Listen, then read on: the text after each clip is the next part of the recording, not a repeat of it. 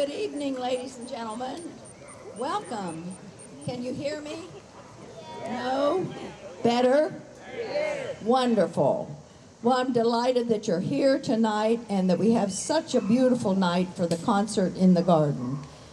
And I want to call your attention to the program. On the back page, of course, are all of our wonderful, wonderful sponsors. And one of our sponsors is not here with us tonight. She passed away a week ago. And so if you note on the front of your program, this concert is in her memory, Eva Elam. We welcome all of you. I hope you've got the program. And if you need bug spray, we have it. We hope you don't.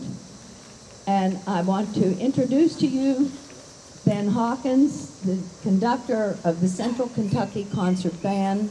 If you all stand and join me in the pledge to the flag is hidden behind the tree, but we'll pretend.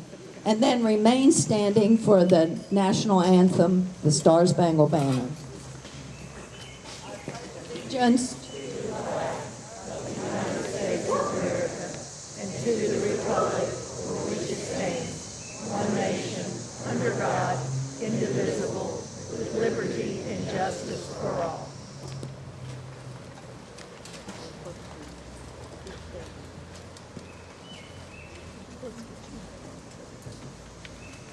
Like stand? Oh, there you go. Can I have my hand?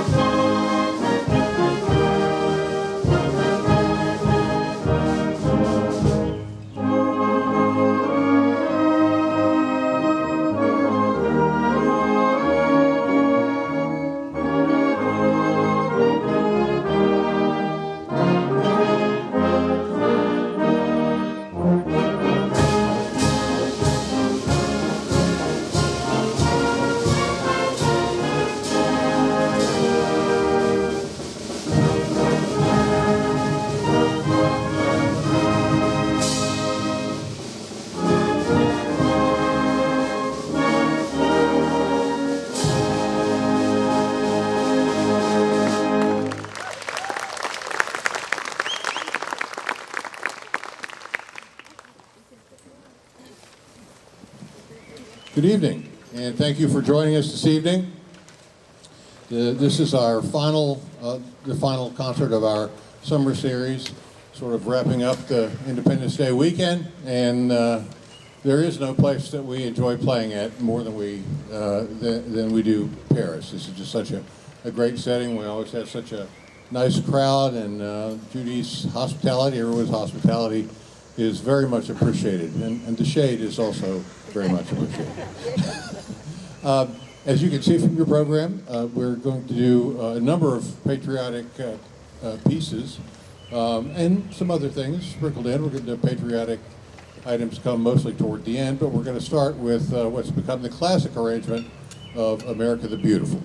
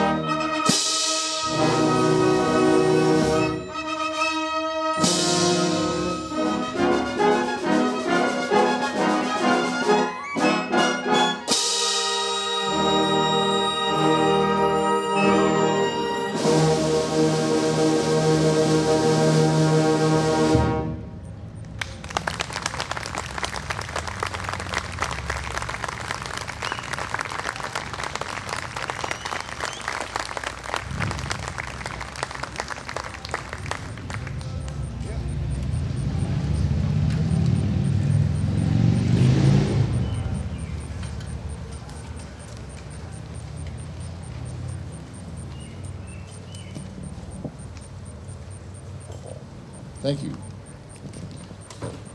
Hello? Oh, there we go. Thank you. For our next piece, well, it's a Russian piece. It's kind of interesting in the in the nature of the piece, the larger piece that it comes from. Someone once said that a camel is a horse that was designed by a committee, and that's probably applicable in some ways to this piece, the opera from which the Procession of the Nobles comes. There were 5 different composers who each contributed a portion of the opera. Perhaps not surprisingly, I don't believe that the opera has been performed in some time. But this Procession of the Nobles has remained making a frequent appearance on concert programs like this one. This is Rimsky-Korsakov, Procession of the Nobles.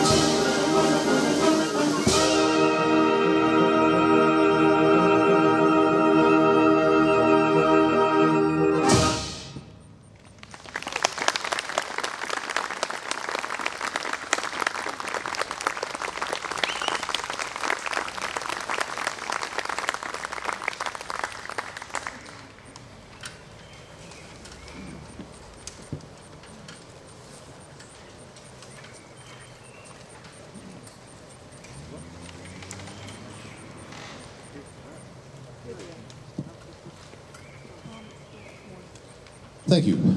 Many people have referred to our country as a melting pot, and this next piece is sort of a melting pot with only 2 ingredients. But still, it's a piece that combines 2 styles that you might not originally think of as being compatible.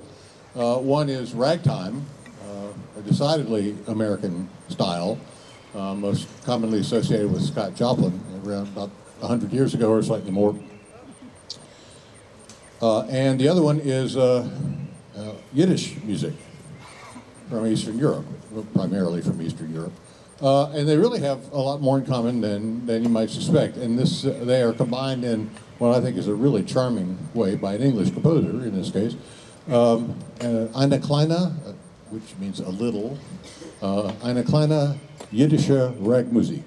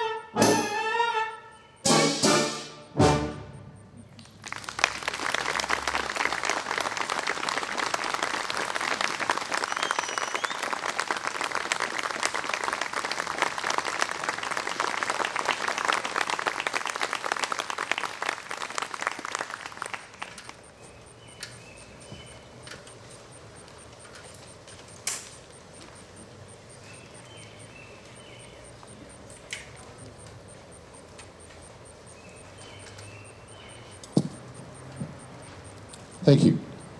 This next piece was written a lot closer to home, in Cincinnati, where the composer lived and worked his whole life, Henry Fillmore. And it was essentially an advertisement for the klaxon horn, the oogla horn that cars at one point, and fortunately no longer have on the outside, the oogla horn, to warn of impending collisions. I don't know how they work. It probably scared people to death. But anyway, this is Henry Fillmore's The Klaxon.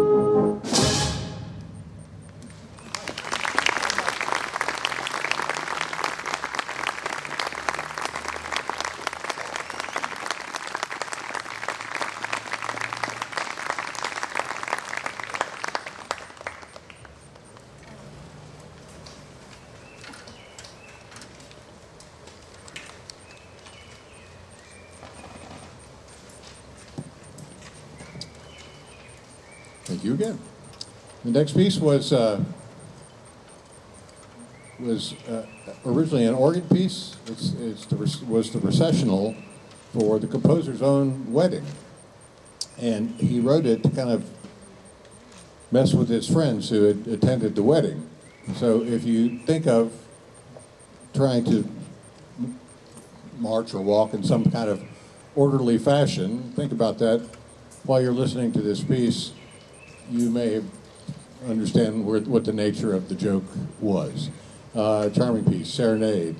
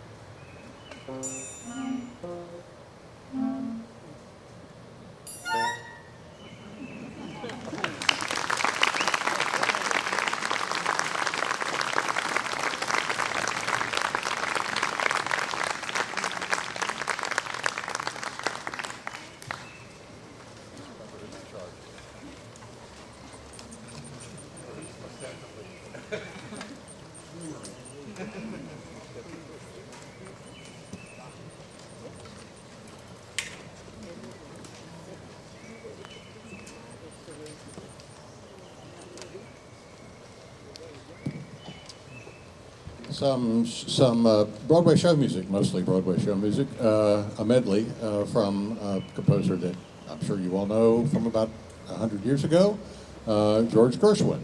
Some of the tunes you will recognize immediately. Some may be a little less familiar to you, but they're all great tunes. It's a medley by the great orchestrator Robert Russell Bennett of Gershwin tunes called Gershwin.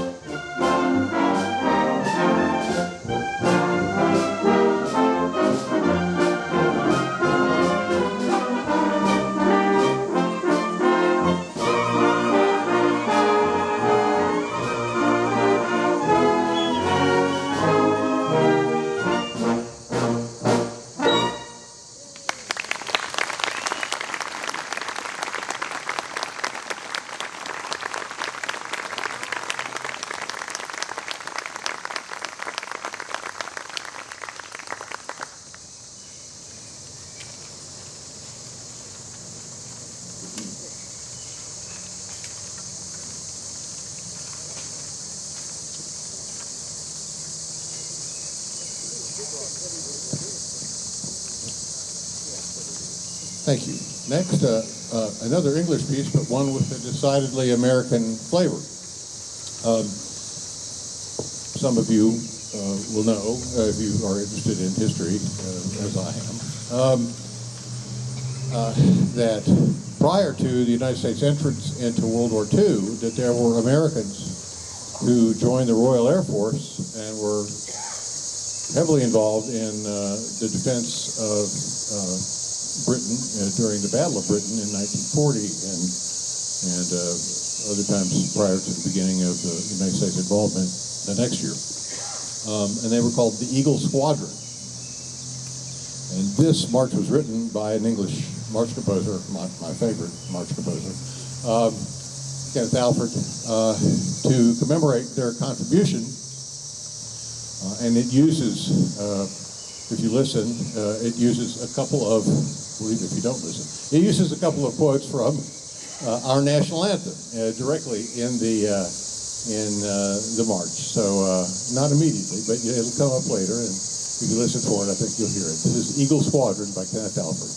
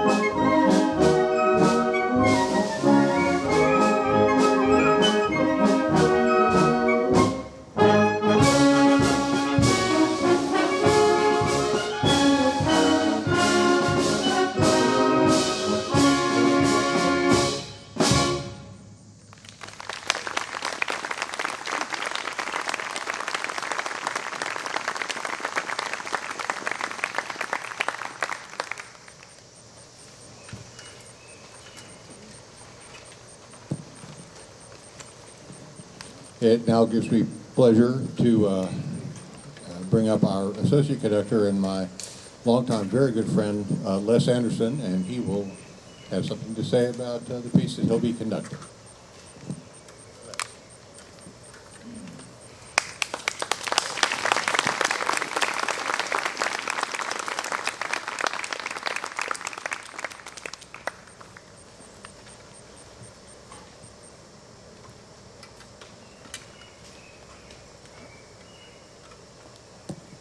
You will have fun with this one.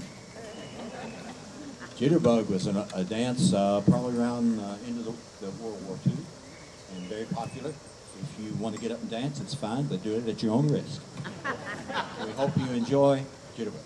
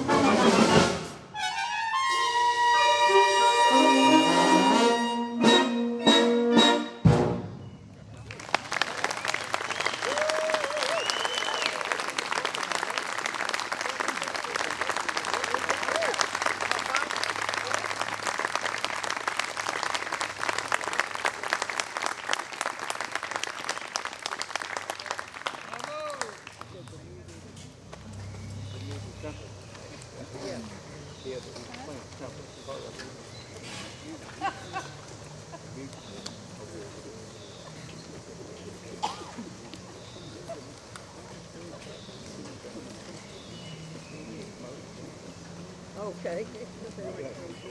Okay.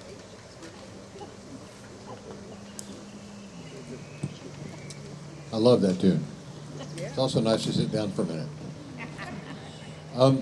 Okay, before we play this next piece, which as you can see is a salute to our veterans, I have an apology to make. I only learned a couple of weeks ago that there is a song for the Space Force, and none of the traditional arrangements, the one that we tend to use included, they've all existed longer than the Space Force has. So, if there's anybody here who is associated with the Space Force in any way, currently serving or a veteran, hasn't been around that long, I don't know how many veterans there are yet, or has a family member, then my apologies. It's all on me. And we'll rectify that in the future. But anyway, the 5 traditional services are all represented here, and what I'd like you to do, please, is to feel free when the song that represents your branch comes up. If you're currently serving, or if you're a veteran, or if you have a family member who is serving or a veteran or no longer with us, please feel free to stand and accept appreciation from the rest of us on this occasion. And so anyway, this Armed Forces Salute, arranged by Bob Loudon.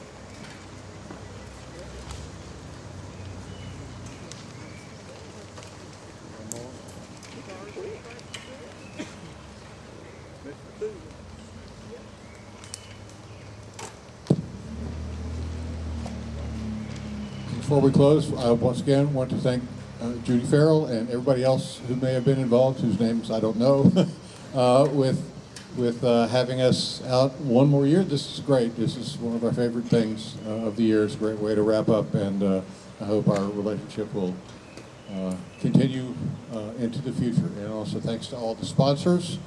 I encourage you to patronize all of them. Before we close with the Stars and Stripes Forever, I'd just like to share a thought here.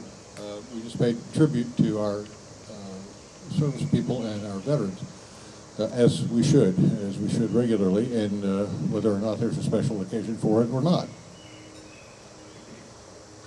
They have all given and sacrificed in some way or other, some in smaller ways, and some in the largest way possible. In order that we have the freedoms that we have, and the most important, or among the most important certainly of those freedoms, is not only a freedom but a privilege, and that is voting. And so I just want to encourage everybody to pay, if you want to continue to pay tribute to our veterans and all of those who came before us, that when that opportunity arises, don't pass it up. And not only make sure you vote, but vote reflectively and thoughtfully, understanding that it's just a profoundly important and sacred responsibility or privilege that we have, and responsibility that we have. We only get the opportunity occasionally, and too many of our fellow Americans pass on the chance. And I just want to say that I encourage all of us not to do that, to seize on it. And saying that, once again, thanks for coming out, and we'll close with the National March of the United States, the Stars and Stripes Forever.